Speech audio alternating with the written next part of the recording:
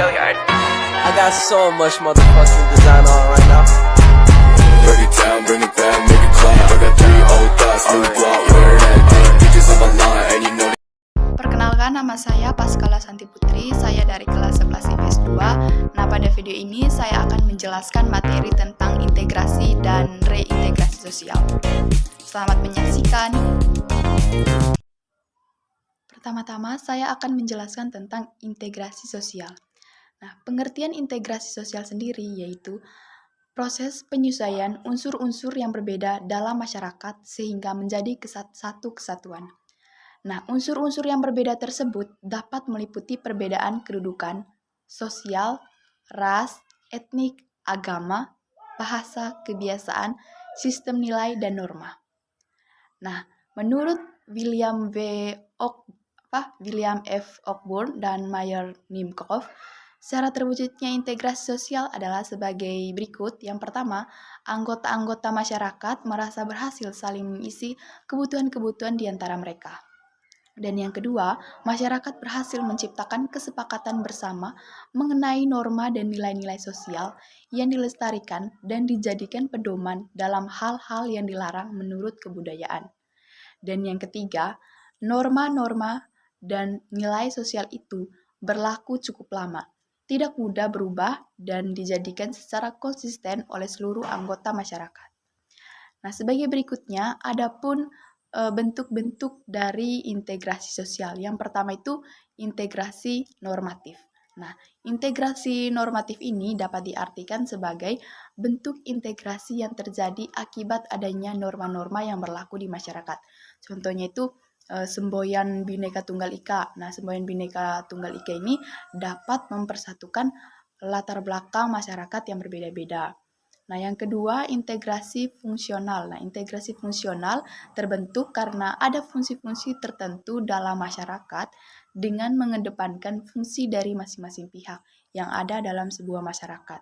Nah, contohnya begini, ketika nelayan mengedepankan fungsinya, berarti nelayan dapat memenuhi kebutuhan masyarakatnya. Dan yang ketiga, integrasi koersif. Nah, integrasi koersif terbentuk berdasarkan kekuasaan yang dimiliki penguasa. Dalam hal ini, penguasa menerapkan cara-cara koersif. Nah, maksudnya di sini, para penguasa berarti misalnya pemerintah menerapkan peraturan perundang-undangan untuk menghormati hak-hak asasi setiap individu. Nah, yang berikutnya adalah proses integrasi dapat dilihat melalui proses-proses berikut.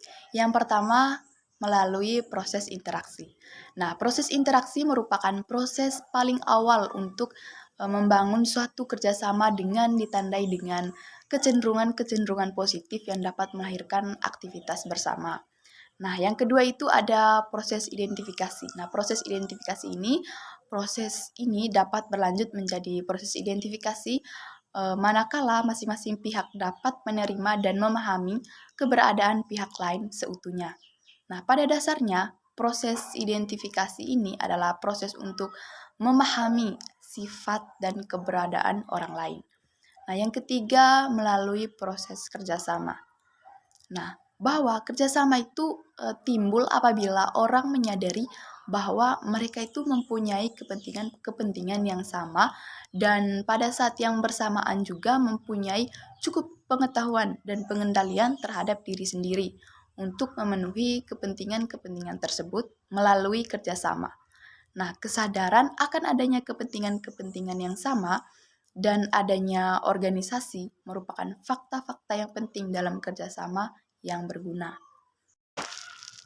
Nah, yang berikutnya adalah proses akomodasi. Nah, akomodasi itu sebenarnya merupakan suatu cara itu untuk menyelesaikan pertentangan tanpa menghancurkan pihak lawan. Nah, sehingga lawan itu tidak kehilangan kepribadiannya.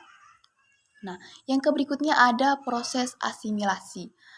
Asimilasi ini yaitu proses sosial dalam taraf kelanjutan yang ditandai dengan adanya usaha-usaha mengurangi perbedaan-perbedaan yang terdapat antara orang perorangan atau kelompok-kelompok manusia dan juga meliputi usaha-usaha untuk mempertinggi kesatuan tindakan.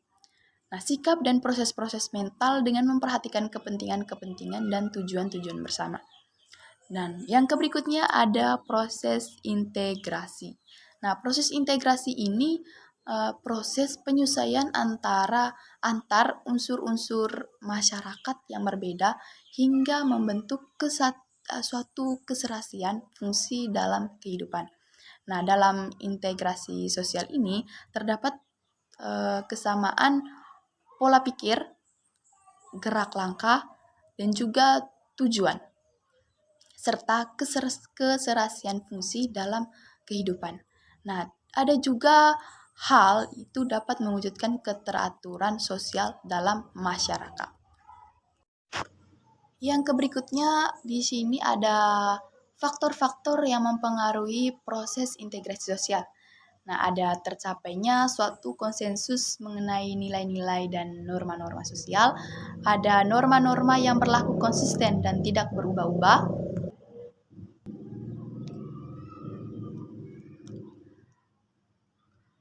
serta adanya tujuan bersama yang hendak dicapai, dan juga ada anggota masyarakatnya merasa saling bergantung dalam mengisi kebutuhan-kebutuhannya, dan juga faktornya itu dilatar belakangi oleh adanya konflik dalam suatu kelompok.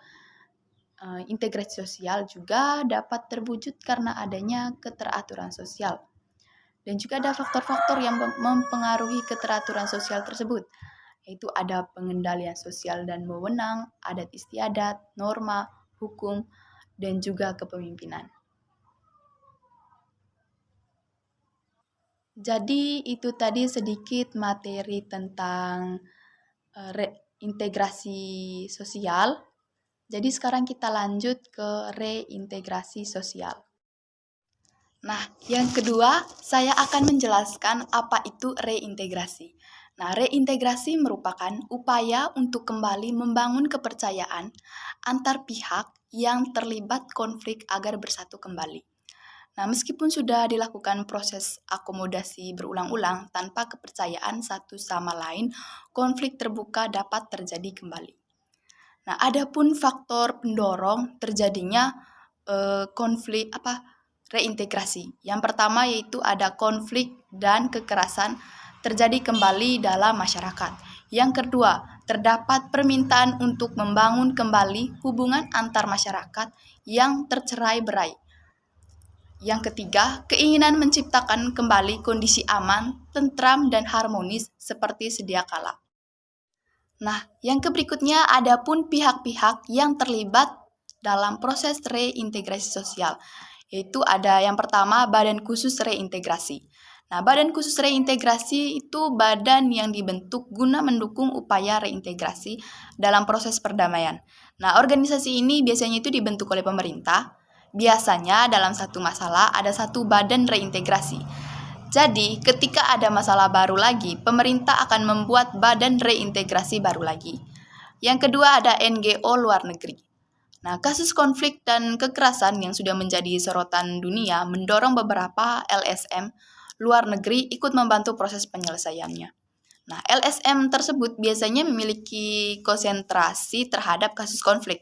Seperti contoh ada kemarin yang Henry Dunant Center atau HDC dan Crisis Management Initiative merupakan beberapa NGO internasional yang pernah menjadi mediator ataupun fasilitator dalam penanganan kasus konflik di Aceh.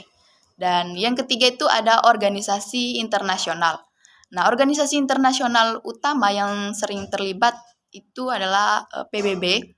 PBB membantu pemerintah negara yang bersangkutan dalam upaya menangani konflik seperti mendatangkan pasukan perdamaian di suatu tempat terjadinya konflik.